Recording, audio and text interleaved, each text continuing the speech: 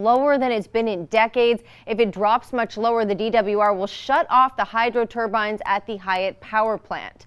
Action News Now reporter Tori Apodaca is live at the dam. Tori, could anyone in our area lose power because of this?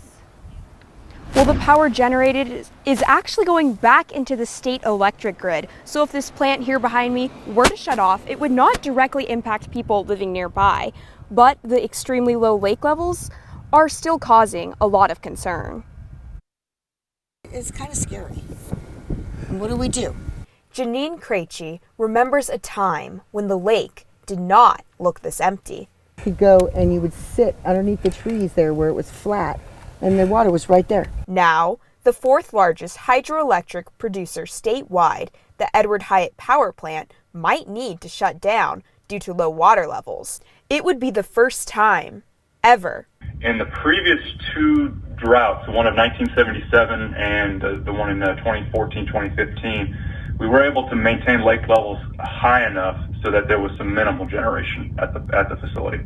Right now, the current lake level sits at 691 feet, and it would need to drop below 630 to 640 feet to not be able to generate power anymore.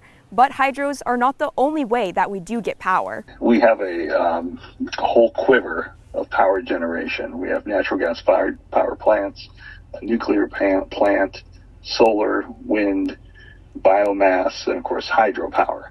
The California Independent System Operator oversees the bulk of the state's electric power grid. Right now, it shows that large hydros only power 1.4% of the state's grid. The power produced at Hyatt, it just fed into the state electrical grid, and so it's not necessarily specifically to the local users.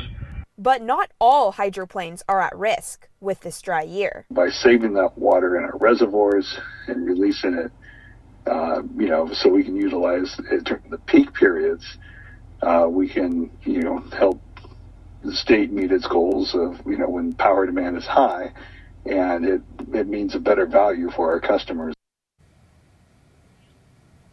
The DWR projects that the water might fall too low to generate any power by August or September of this year. Live in Oroville, Tori Apodaca, Action News Now, coverage you can count on. The DWR adds that conserving electrical power will not affect the plant from making electricity because it is instead dependent on the water entering that reservoir.